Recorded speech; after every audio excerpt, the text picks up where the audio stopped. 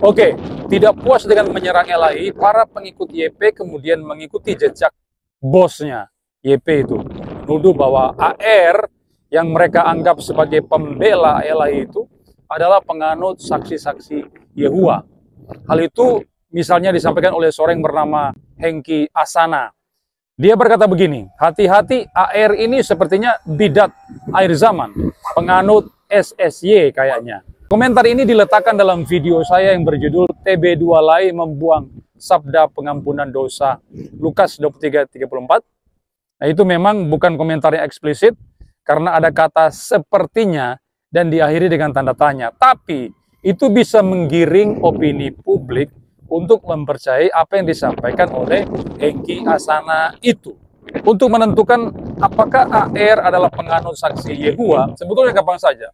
Saudara bisa menelusuri rekam jejak saya selama ini bagaimana. Saudara bisa melihat video-video di channel ini dan itu bisa dijadikan tolok ukur untuk menentukan apakah benar yang disampaikan oleh Bapak tadi itu. Saya seringkali menyerang secara keras ya bidat-bidat yang berkeliaran di Indonesia, mulai dari Unitarianisme, Oneness Pentecostalism, Arianisme, termasuk juga saksi-saksi Yehua.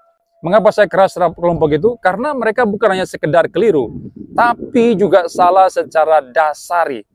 Ada yang menghina Allah Tritunggal, menolak keilahian Yesus, dan sebagainya. Nah, kalau terkait dengan hal-hal yang fundamental seperti itu, saya termasuk salah satu yang merespon secara tegas, tidak pandang bulu siapapun dia. Dan kelihatannya ada indikasi bahwa Pak Yonatan Purnomo ini termasuk di antara orang-orang yang sudah saya sebutkan tadi itu. Itu terlihat ketika dia bicara tentang doktrin Trinitas di BMP TKKI, dia secara tegas menolak formulasi yang diakui gereja secara am, bahwa Allah itu menyatakan dirinya dalam 3 pribadi yang sehakikat. YP menolak istilah 3 pribadi, dan dia lebih memilih istilah hipostasis. Tetapi dia tidak menjelaskan apa itu hipostasis, dan setelah kita melihat analogi yang dia berikan dalam seminar nasional itu, terlihat sekali bahwa YP ini bersinggungan dengan kelompok Oneness. Makanya dipakailah kata yang lain, hipostasis. Yang dinyatakan sama kita lihat, Tritunggal itu sedang bicara monoteisme. Bukan banyak Tuhan. Nah, orang salah sangka hipostasis tadi yang dipersoalkan, padahal bukan itu maksudnya, Bapak sekalian. Itu hanya menceritakan apa yang ditunjukkan supaya kita bisa tahu peran daripada Tuhan di dunia ini, betul kan ya? Nah, itu hipostasisnya yang ditunjukkan. Bukan masing-masing hipostasis itu adalah satu pribadi. Bukan begitu, Bapak sekalian. Itu masalah besar. Sehingga tidak mengherankan jika kelompok Oneness itu sangat mendukung YP. Seperti orang-orang seperti Joshua Tewu, Jerry Elin, dan kawan-kawan itu sangat senang dengan kemunculan YP dan mendukung penuh terjemahan Biblikos. Itu salah satu alasan mengapa saya cukup keras melawan YP. Jadi jelas, saya bukan penganut SSY karena ada banyak serangan frontal yang saya arahkan kepada mereka. Saya bahkan beberapa kali diundang untuk bicara tentang kesesatan saksi Yehua. Tetapi sebaliknya yang terdeteksi bidat itu justru adalah Dr. YP, bosnya Bapak Hengki Asana. Tetapi ada hal yang menarik karena bukan hanya AR yang dituduh sebagai SSY, bahkan terjemahan LAI pun dinyatakan demikian. Ini disampaikan oleh misalnya Bapak Adrianus Wilmar. Dia berkata begini, permasalahan kekristenan adalah tidak tahu sumber kitab kanon. Makanya ada simpul yang sama dari saksi Yehova dan kekristenan khususnya diambil dari WHNU. Kemudian dia juga berkata, terjemahan saksi Yehova sama dengan hasil terjemahan LAI, khususnya Ibrani 6 ayat 1. Nah, sekarang kita akan melihat, benarkah ada keterkaitan antara terjemahan LAI dengan terjemahan saksi Yehova? Apakah keduanya sama? Saya akan menunjukkan kepada saudara teks-teks yang bicara tentang Yesus Kristus itu siapa menurut kedua terjemahan ini. Nah, ini penting karena merupakan fondasi iman Kristen. Kalau ada yang menolak keilahian Yesus, dia pasti bidat. Nah, sekarang kita menentukan yang bidat itu siapa? Apakah terjemahan LAI ataukah saksi-saksi Yehua itu sendiri? Terjemahan mereka disebut dengan TDB, terjemahan dunia baru. Oke, mari kita melihat teks-teksnya. Pertama, kita melihat dalam Yohanes 1 ayat 1. Di dalam TB2 Lai berkata begini, pada mulanya sudah ada firman. Firman itu bersama dengan Allah dan firman itu adalah Allah. Tapi di TDB 2017, saya punya TDB, terjemahan dunia baru Saksi Yehova, ada 2 buku saya dan yang terbaru punya saya itu 2017. Di TDB 2017 di Yohanes 1 ayat 1 dikatakan pada mulanya firman itu ada. Firman itu bersama Allah dan firman itu adalah suatu Allah. Jadi kalau di TB2 dikatakan firman itu adalah Allah, maksudnya Yesus Kristus prainkarnasi yang dibicarakan di sini. Kalau sudah melihat di ayat 14 itu bicara tentang Yesus Kristus, disebut adalah Allah. Tapi kalau di TDB dibilang apa? Firman itu adalah suatu Allah. Mereka tidak mengakui keilahian Yesus, mereka tidak mengakui Yesus adalah Allah yang sejati, lalu mereka menambahkan kata suatu Allah, hanya sekedar bersifat ilahi. Jadi berbeda toh dalam Yohanes 1 ayat 1. Kemudian Yohanes 20:28 di TB2 berkata, Thomas menjawab dia, ya Tuhanku dan Allahku. Jadi LAI menyebutkan Yesus sebagai Tuhan dan Allah, Kurios dan Theos. Tetapi di TDB 2017 dikatakan Thomas pun berkata kepadanya, Tuanku dan Allahku.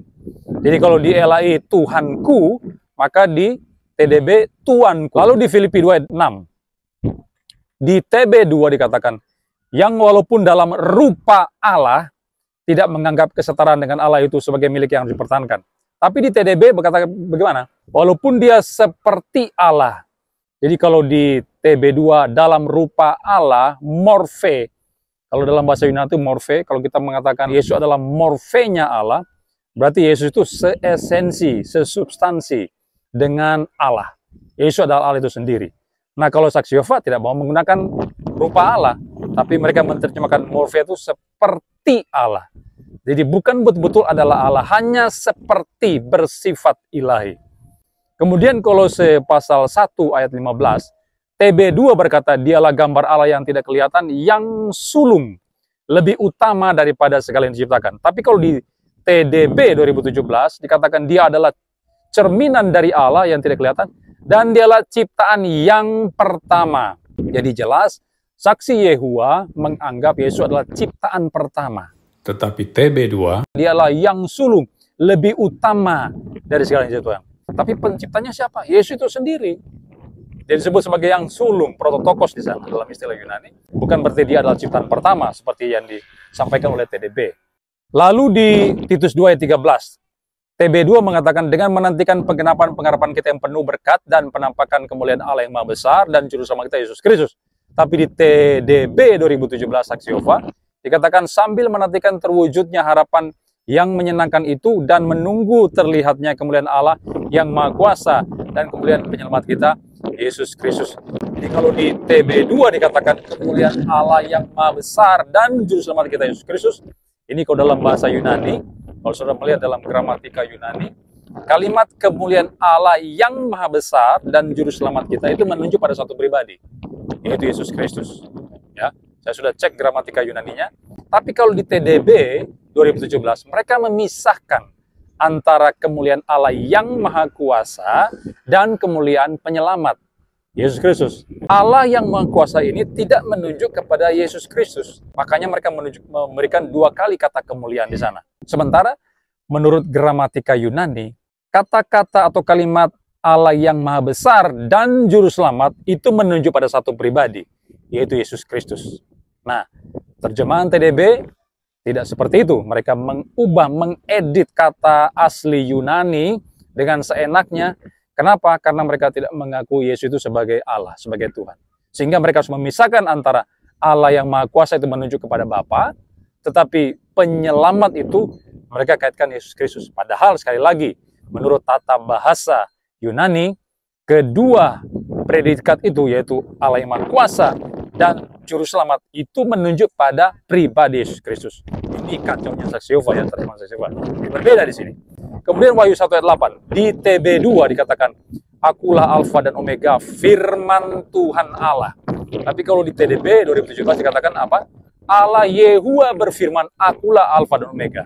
Jadi kalau di TB2 yang berfirman ini adalah Yesus, Yesus yang menyebutkan sebagai akulah Alfa dan Omega, dan dia disebut sebagai Tuhan Allah.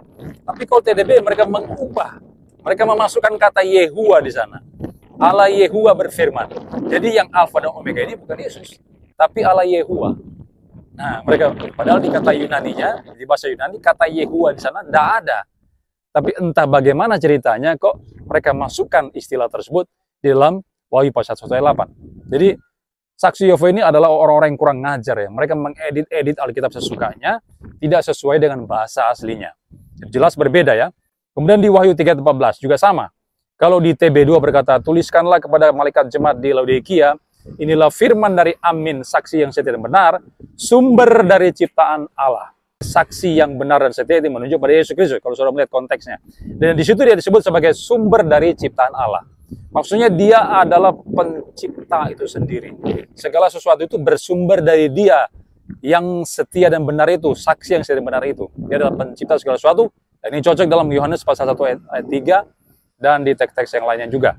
Tapi kalau di TDB 2017, saksi Yehova punya, dikatakan kepada malaikat sidang jemaat di Laodikia, tulislah begini, inilah kata-kata amin, yaitu saksi yang setia dan benar, ciptaan Allah yang pertama.